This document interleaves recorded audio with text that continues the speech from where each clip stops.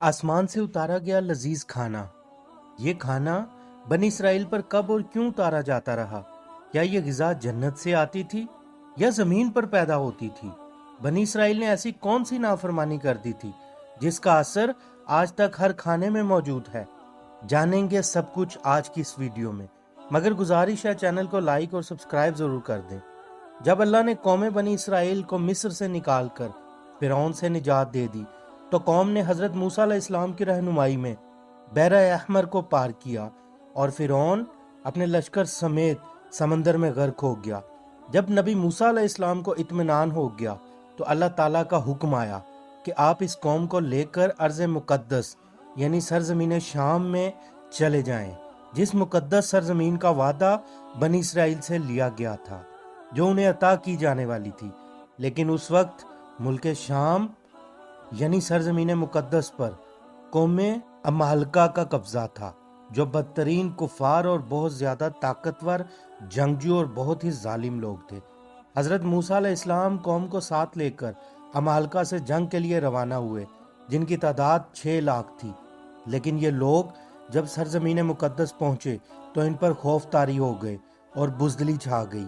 हजरत मूसा अलैहिस्सलाम से कहने लगे, इस शहर के लोग बहुत जबरदस्त और ताकतवर हैं, ये लोग जब तक इस शहर में हैं हम दाखिल ना होंगे।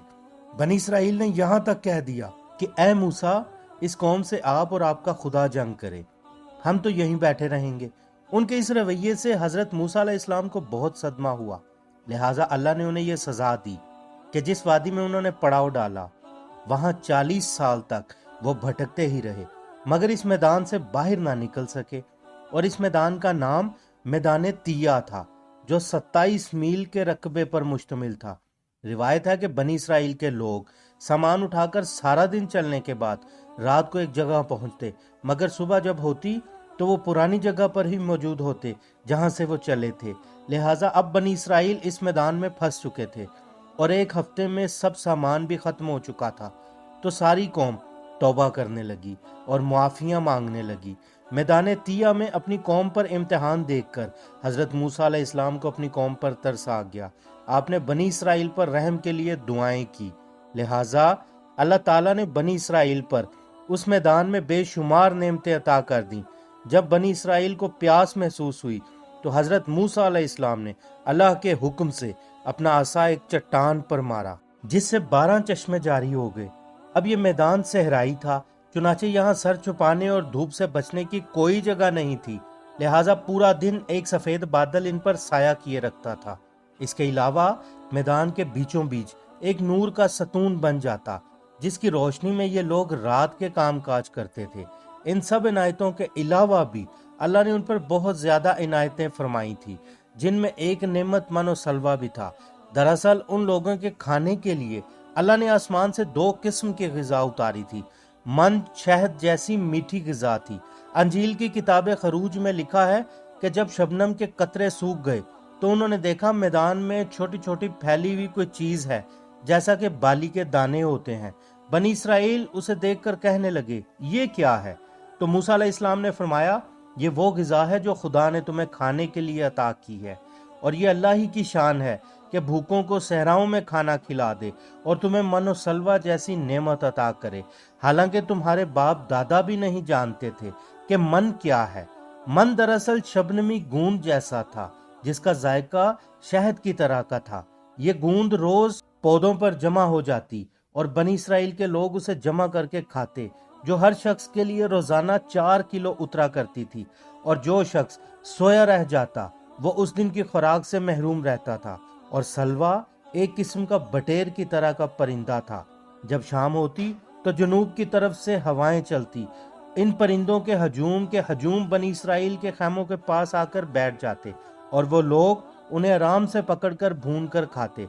मानो सलवा ऐसा खाना था जो आसानी से हजम हो जाता था, और इसका रंग, खुशबू और जायका सबसे मुनफरिद और अलग था। अल्लाह ने बनी इसराइल पर यह भी इनाम किया कि उनके बाल और नाखून भी बड़े नहीं होते थे, ना कपड़े फटते और ना कभी मैले होते थे। जिन बच्चों की पैदाइश होती उनके जिस्म पर कुदरती एक लिबास होता, और जो जिस्म के साथ खुद ही बढ़ता रहता। इस तरह उस बंजर वादी تیہ میں بنی اسرائیل ایک بہترین زندگی گزار رہے تھے۔ حضرت موسیٰ علیہ السلام کا یہ حکم تھا کہ من و سلوہ روز کھا لیا کرو، مگر آنے والے کل کے لیے ہرگز ذخیرہ نہ کیا کرو۔ مگر بعض لوگوں کو یہ ڈر لگنے لگا کہ اگر کسی روز من و سلوہ نہ اترا تو ہم اس بنجر جگہ پر بھوکے مر جائیں گے۔ چنانچہ انہوں نے من و سلوہ کو چھپا کے رکھنا شروع کر دیا، اور اللہ کے نبی کی نافرمانی کرنے پر انہیں سزا ملی۔ جو کچھ وہ لوگ جمع کرنے لگے وہ سب خود ہی گل سڑ گیا، اور من و سلوہ کا اترنا بھی اس طرح بند ہو گیا۔ اس پر نبی رحمت صلی اللہ علیہ وآلہ وسلم کی حدیث مبارکہ بھی موجود ہے کہ اگر بنی اسرائیل کے لوگ نہ ہوتے تو کھانا کبھی خراب نہ ہوتا اور نہ کبھی گوشت سڑتا۔ کھانا خراب ہونا اس قوم کی تاریخ سے شروع ہوا، ورنہ ان سے پہلے نہ کبھی کھانا خراب ہوا تھا اور نہ کبھی گوشت سڑتا تھا۔ اللہ تعالی ہم سب کو ایمان پر موت دے، آمین۔ ویڈیو اچھی لگے تو لائک اور سبسکرائب ضرور کر دیں۔ ملتے ہیں کسی ایسے ہی واقعے کے ساتھ اگلی ویڈیو میں، تب تک کے لیے اللہ حافظ۔